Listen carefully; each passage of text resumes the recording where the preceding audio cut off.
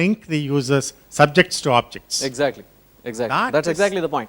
That's the key point, I think. You're right. If an organization could peg that right, I think you have had your We have a solution in COBIT.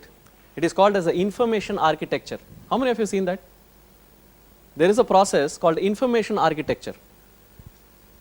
The information architecture clearly defines what are all information objects that we have, who will need access for what. It can go up to the system instruction level and tell you, you can develop it. It gives you the broad framework of how to go about doing that. And if you use that and link it up to the technology, we got fantastic models. We got the SAPSA model, you got your Zachman's framework model. So you got quite a lot of them which are already there to help you build your technological architecture. You just need to marry both of them. So you're right. Thank you. Any other perspectives? Any questions that you have? Are we done? So I think lunch is calling. Okay, thank you so much. I really appreciate your attention.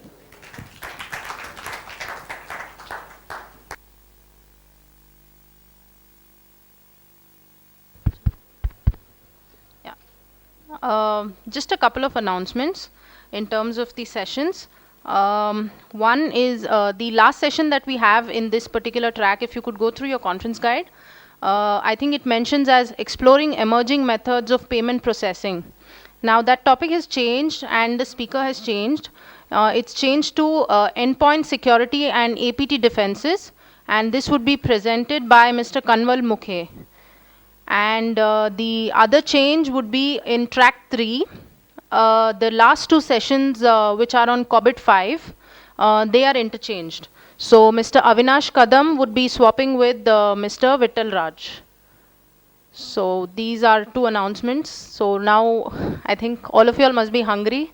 So I'll let you go for lunch now. Thank you so much.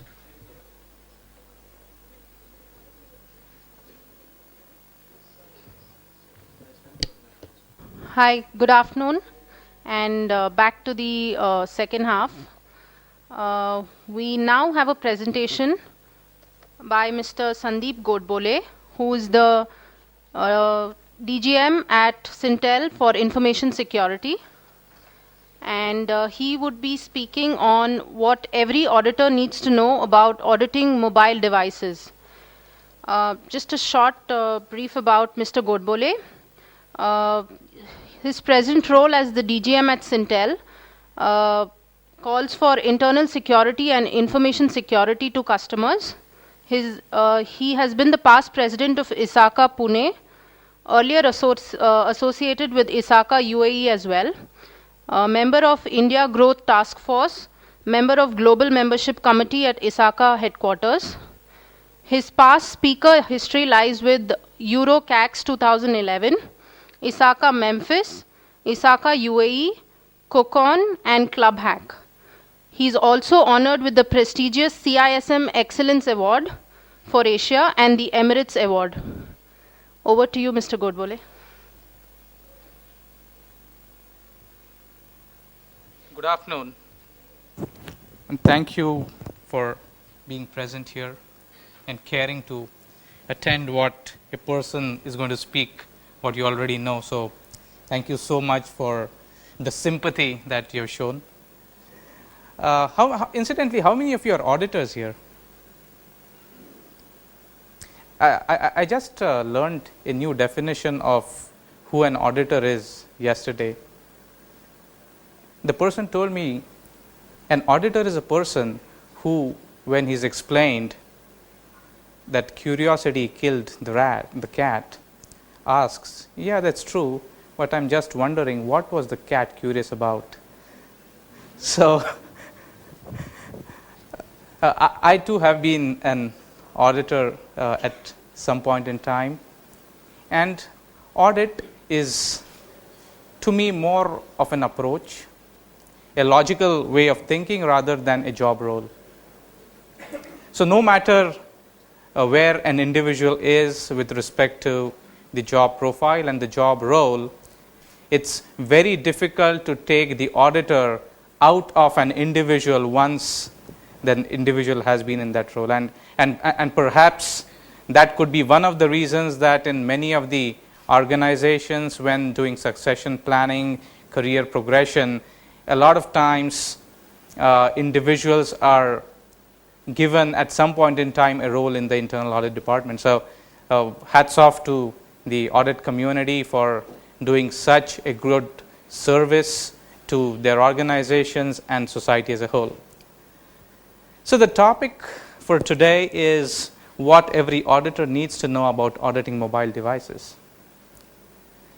Now, with so many experienced auditors here, I don't really think I need to say anything about how to audit, because that's something that's already there in your blood and which you already know.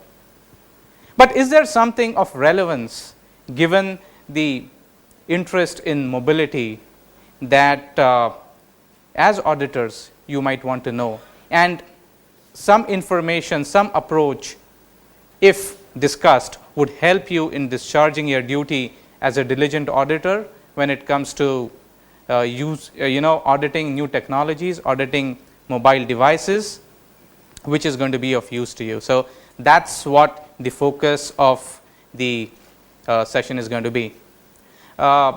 Before I launch further, I was reading an article, and I don't know why most of the speakers read some article before coming here so they can quote some figures. But yeah, I too have read an article before coming here, and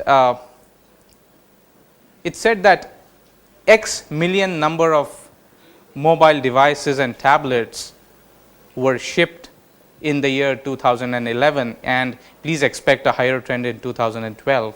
So the numbers ran something like 1.6 billion phones and more than 65 million tablets. The numbers don't make sense to me any longer. Frankly, I do not understand the difference between what 1.6 million is and 1.8 million is, despite being an auditor. But for me, being a good auditor, it definitely tells me that I need to be very cautious. It's something, it's a trend that's catching up, and as long as I get that message, I'm happy. I'm not too worried whether it's 1.6 or 1.5 million.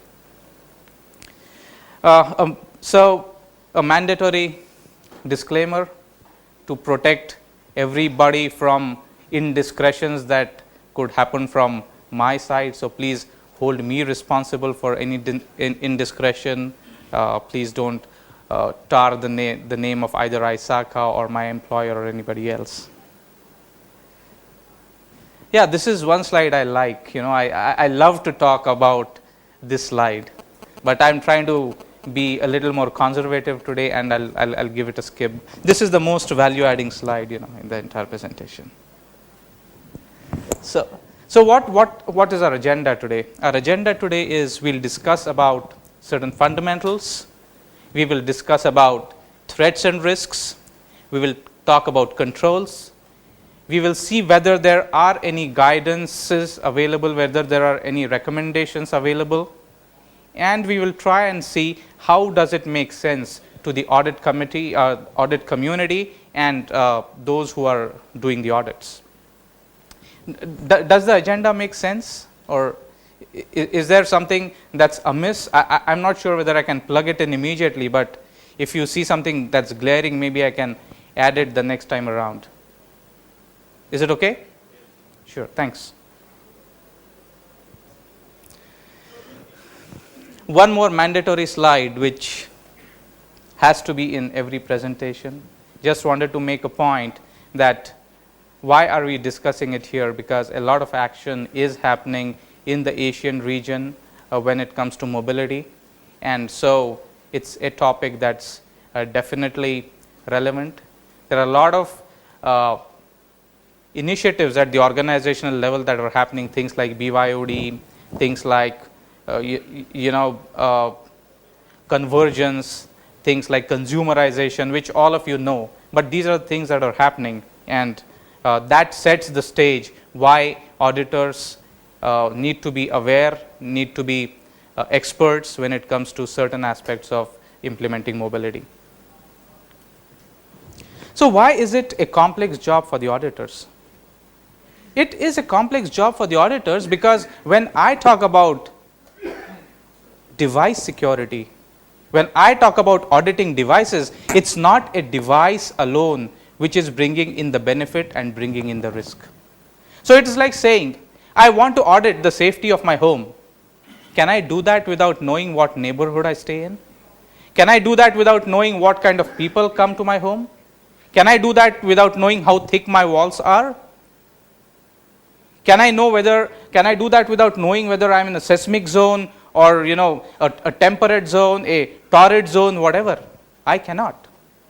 In a similar way, when I talk about devices, devices by themselves don't mean anything. Devices are a part of the entire ecosystem.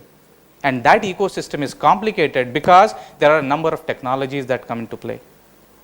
There are a number of service providers. Now, if you look at these brands that I've put up as a sample, you see device manufacturers, you see service providers, you see application stores, you see so many things. And the net result of all this is what is either going to give you value or going to give you a bucket load of new risks. And that is the relevance of understanding the whole picture. Now, does it mean that as an auditor you need to be an expert in all of this? I don't want to say that. Of course, you need to be an expert. For example, you need to be an expert in mobile communication technology if you are auditing that specific technology. But even if you are not auditing that specific technology, you need to be aware of what the basics of the overall ecosystem are. And if you know that better, the end result of your audit is going to be really that much better.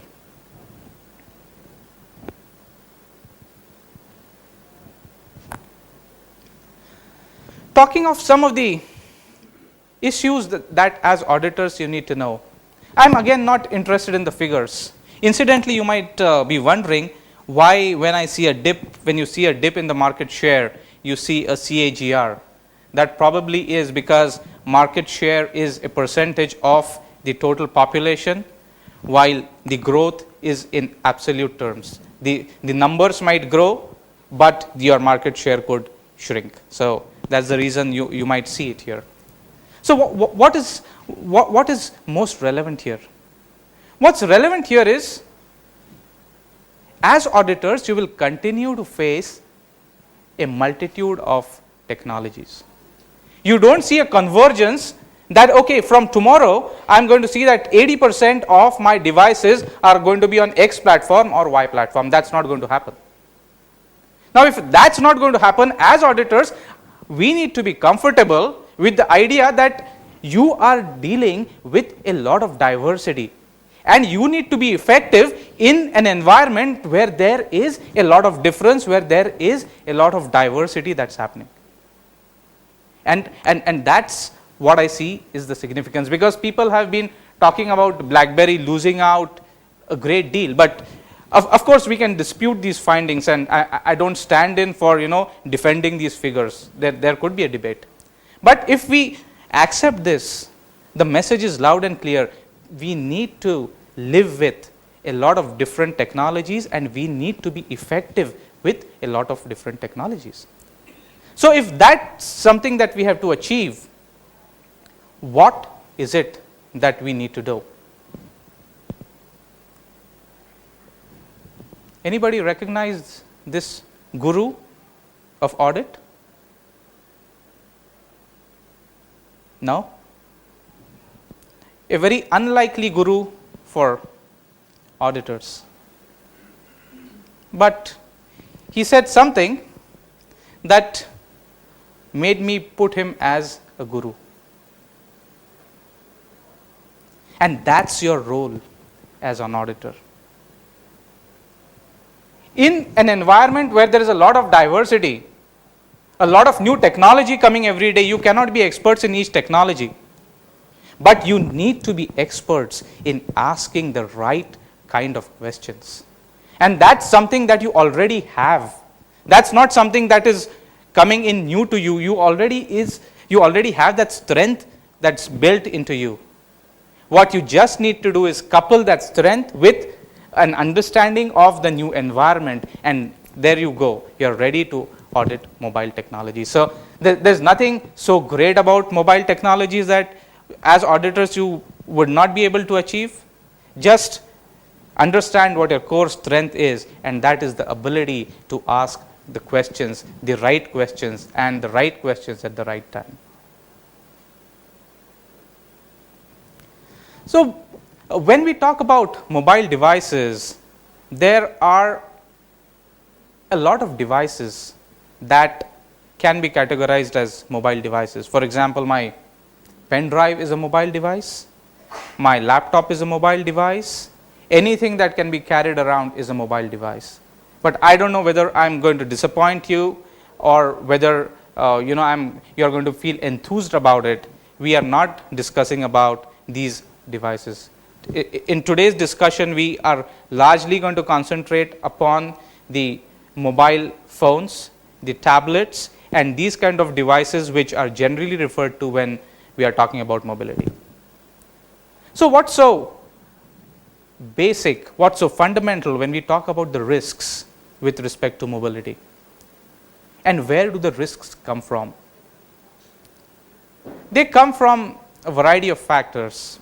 The size, form factor, I can carry a device anywhere. The device can connect to multiple networks in multiple different ways. So if I know that I have knowledge of only one way in which it connects, if it connects in some different way, which is already built in as a feature of that device, I'm exposing the organization to unknown risk. The data storage capability coupled with the size and form factor, the features, the richness of the features that are available in the device, the features of the platforms, the features of Android, the features of iOS, the features of the entire Android ecosystem, that is what brings in risk. A lot of services that are being delivered by the network service providers as well as the app stores, these bring in a set of risk. The applications that are residing on your device, those are bringing in a lot of risk. And from the privacy perspective, co-location of the device with the owner brings in a lot of risk. For example, with a desktop, you have your identity ends with a MAC and an IP. Maybe you can try your best to query the databases and try to see where, try to do a whois, NS lookup, all these kind of things, and try to identify where this desktop is going to reside. But with mobile devices, what happens is you can identify a device, maybe not within 5 meters, but definitely within a specific area. And the corollary of that is that you know where the owner of that device is. And therefore, from the privacy perspective, it brings in a different kind of risk. Some basics that we need to know. The intention is not to discuss any technology, because if we look at even the network technologies, you could take GSM, you could take 3G, you could take LTE, you could take any technologies. They differ to some extent, but there are certain fundamentals that we need to be aware of. And one of the most important part of this entire mobile ecosystem is your SIM, which all of you know. And that is something that gives a lot of, that is the entire identity of your mobile. Maybe I used the wrong word, it's not the entire identity, there are other elements that are also giving an identity to your device. But it's the central part, it's the brain, it's the kind of a nervous system as far as your mobile device is concerned. Now, why is it so important? It is important because this SIM or USIM is helping you to authenticate with the network. So, if there are aspects that are related to the network security, your USIM or your SIM is playing a part in it. If you are worried about encryption over the network, your SIM is playing a part in the encryption. And from the forensics aspect as well, your SIM holds some data. Now that varies a bit with the technologies that you use, but generically your SIM has stored within it a lot of things. For example, it has stored the last location, I'm sorry, it has stored the last location where the phone was located. Now that location could be when the phone, you might have kept the phone on and it tells you that location, or you might have switched the phone off, and at the point at which the phone was switched off, that location could have been the last location. So whatever location your phone happened to be when it was last live is stored in the SIM. So from the forensic aspect, it is, and it's a very important thing. IMSI is the identifier for your mobile device. All of you must be knowing that each mobile device has a unique identifier, and that identifier is stored as a part of your SIM data. MSI SDN is the acronym for your number, your phone number that's there. It also stores a serial number. This serial number is not your phone number. This serial number is the serial number of your SIM. So it stores that. It stores SMS. It stores what numbers have been dialed last. So your SIM, from the forensics perspective, has some basic information that is embedded in it. Talking about mobile technologies, you need to be aware of, you need not be an expert as to how each of this works, but you need to be aware of the existence of certain elements which are a part of your network. Your mobile station is nothing but your device. Your mobile station means your smartphone.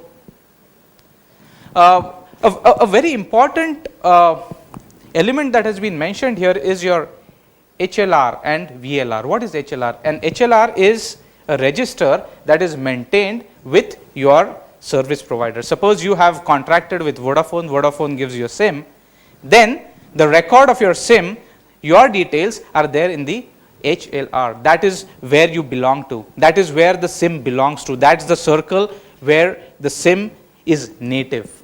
So that is your HLR. When you are roaming outside, there are entries that are made in the respective VLRs, or the visitor location registers of the visiting circle. Suppose from here I move to a different circle.